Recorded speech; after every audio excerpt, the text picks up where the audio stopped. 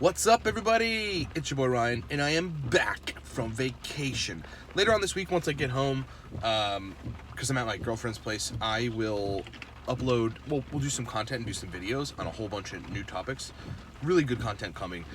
And then I'll put some pictures up of where we stayed at a cottage, and then essentially an octagon in the woods that was like a log cabin. It was super cool.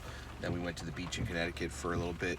Really needed it. Took a lot of nootropics throughout the time, as you guys know. It helped a lot in so many different ways. There was a night where it was just like raining, and there was a lot of crap we had to figure out and do, and the nootropics like helped.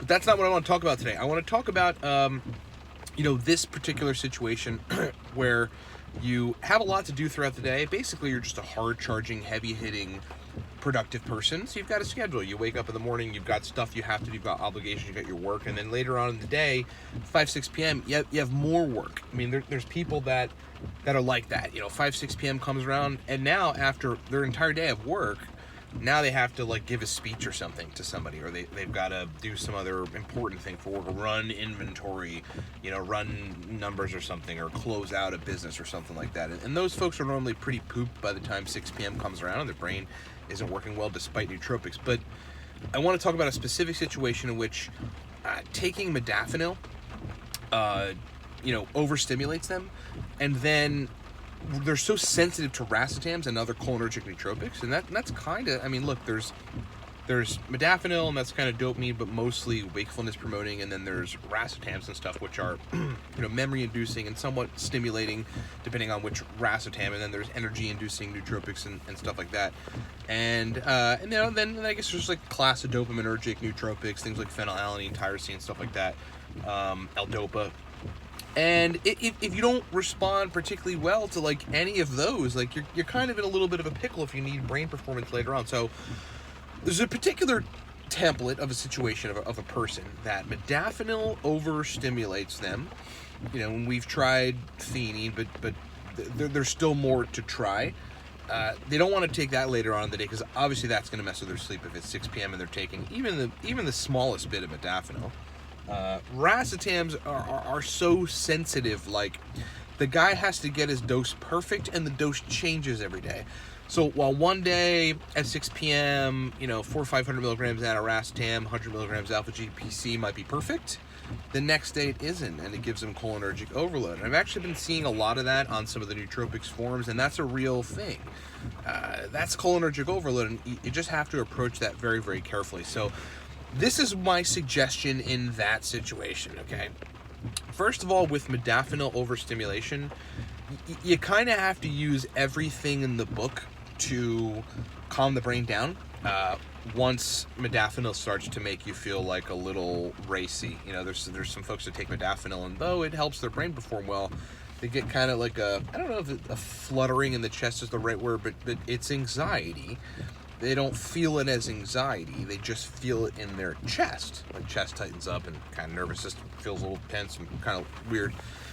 And in those situations, you gotta pull everything out. And the major thing I want to say to folks is if folks think they can't go above 200 or 300 milligrams of theanine, they're like, I took 300 milligrams of theanine. It helped to an extent, but it just didn't help. Look, sometimes you got to take 1,000 milligrams of L-theanine to calm things down.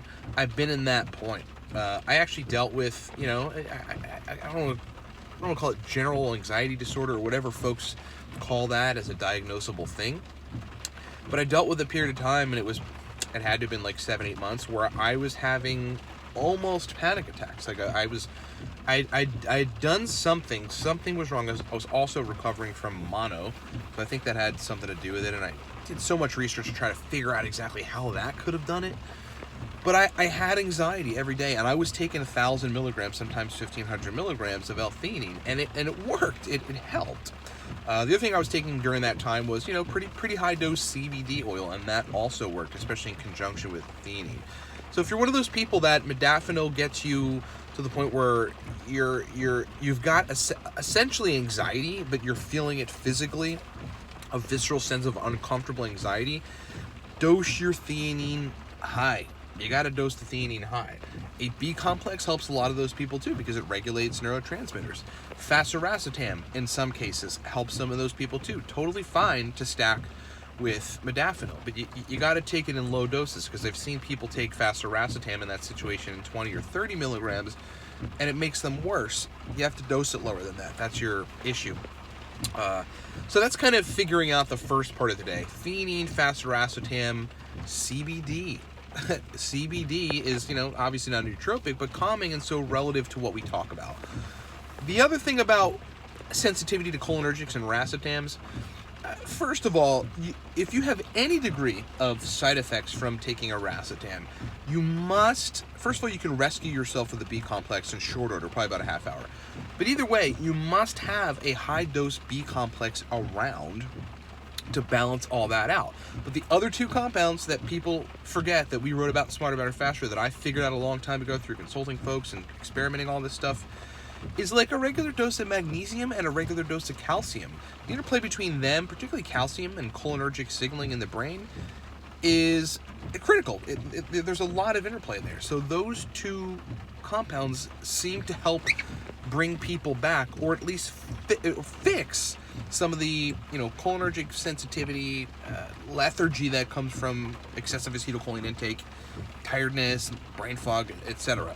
The major thing I want to get across with that is yes, if the telltale sign of cholinergic overload for the time being, because that could go away super quickly, is that the faculties that once improved with the racetam or the cholinergic decline. So memory declines, verbal fluency declines, your general sort of feeling of fluidity declines, and that's when you've got cholinergic overload.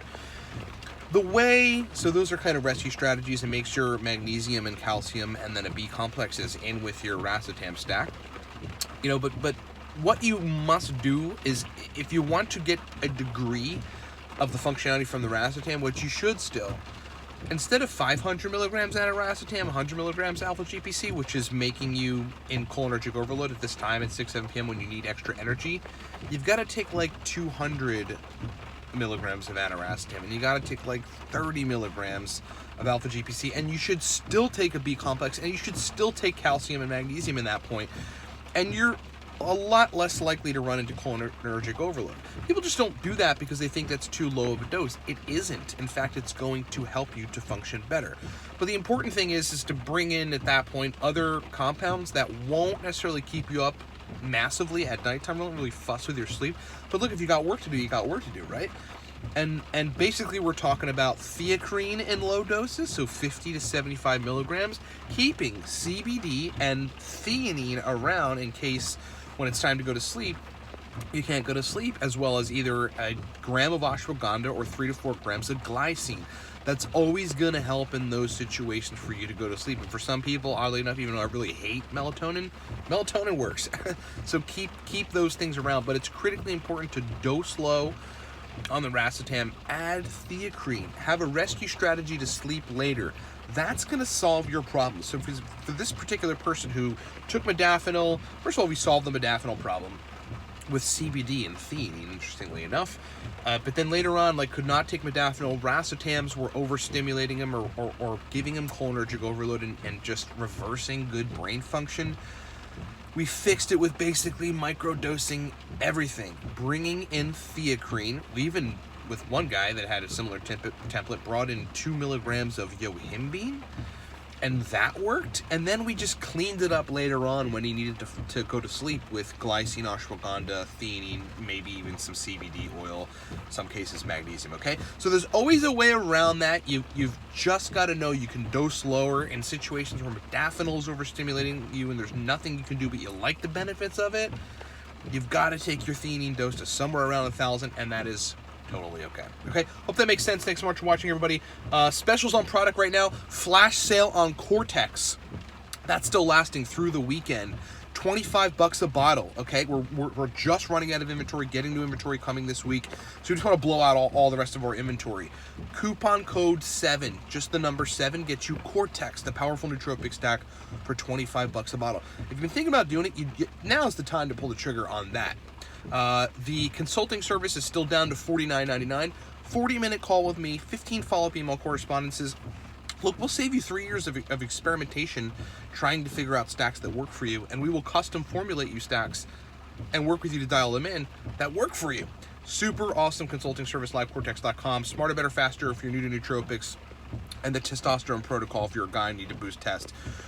The emails that we get from the people that we're doing the Viking testosterone protocol on, it almost seems fake. Like, I'm gonna, copy paste some of them if I get permission from people to put their emails up. But you got guys that are like, man, I can build a house, have sex with my wife, study, do my work, like when I'm home, work on blowing glass or a wood project I have in my basement, like, and I'm up till 10 p.m. and I just feel awesome. Not to mention my sex drive is incredible.